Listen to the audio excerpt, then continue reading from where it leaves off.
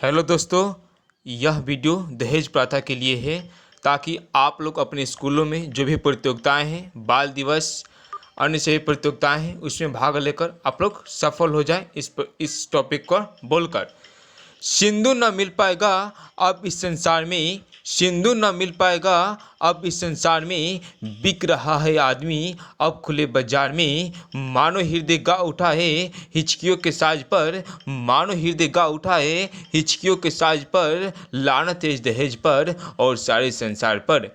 भारतीय समाज में कुछ ऐसी ही प्रथाएं हैं जो खोखला किए जा रही है, जैसे छुआछूत, जात प्रथा तथा दहेज प्रथा। प्रत्येक प्रथा का कुछ न कुछ उद्देश्य अवश्य होता है। तीन वर्णों से मिलकर बना दहेज शब्द अपने आप में इतना भयानक, डरावना बन जाएगा कि कदाचित ऐसा इस प्रथा को प्रारंभ करने वालों ने सोचा तक न होगा।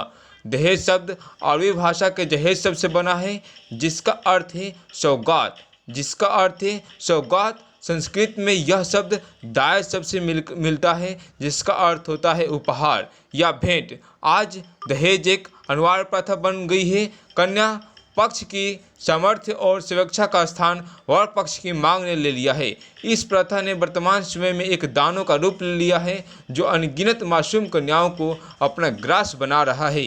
कितनी सीता गंगा माँ की गोद में सो जाती है, कितनी गीता रेल पटरियों पर लहू बो जाती है। कितनी सीता गंगा माँ की गोद में सो जाती है, कितनी गीता रेल पटरियों पर लहू बो जाती है। कौन कूदी दीवारों से, कौन गिरी मीनारों से, कौन कूदी दीवारों से, कौन गिरी मीनारों से। कौन गिनेगा इनकी संख्या, रोज रंगे अखबारों से, रोज रंगे अखबारों से।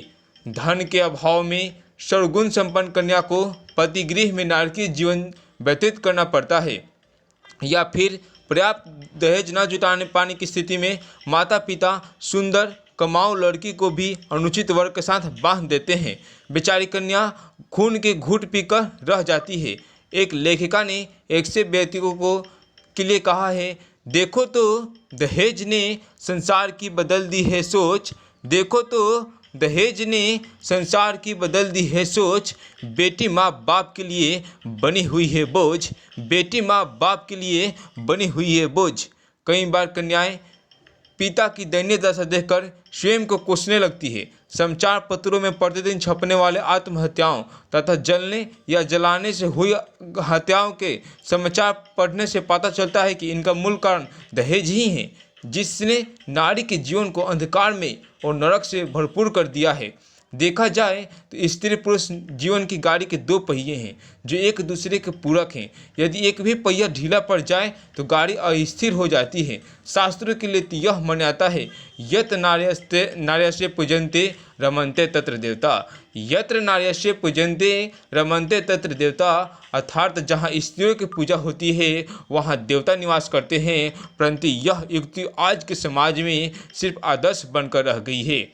दहेज के अभिशाप से मुक्त प्राप्त करने के लिए कुछ उपायों की ओर विशेष ध्यान देना होगा।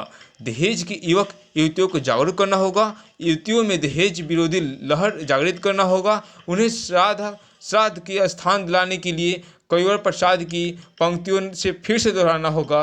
नारी तुम केवल श्रद्धा हो, विश्वास रजत नग बख्तल में, नारी तुम केवल श्रद्धा हो, विश्वास रजत नग बख्तल में।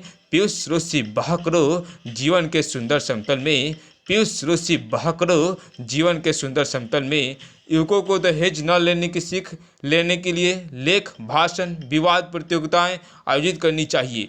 इसलिए यह वीडियो आप लोग को दिया जा रहा है ताकि आप लोग भी प्रतियोगिताओं में से बोल सकें। दहेज संबंधी कानून सख्ती से लागू करना होगा। टीवी, रेडियो, समाचार पत्र तथा पत्रिकाओं आदि के माध्यम से दहेज के विरोध में अधिक से अधिक प्रचार करना होगा, क्योंकि दहेज लेना देना दोनों जुर्म है, इससे बड़ा ना कोई कुकर्म है।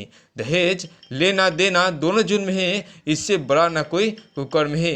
अतः जब तक लोगों में क्रांति की भावना नहीं आएगी, तब तक दहेज प्रथा पूर्ण रूप से समाप्त नहीं होगा। साहस युवक युवतियों को सामने आना होगा, तभी इस अभिशाप से मुक्ति मिल सकती है। धन्यवाद दोस्तों इस वीडियो को देखने के लिए।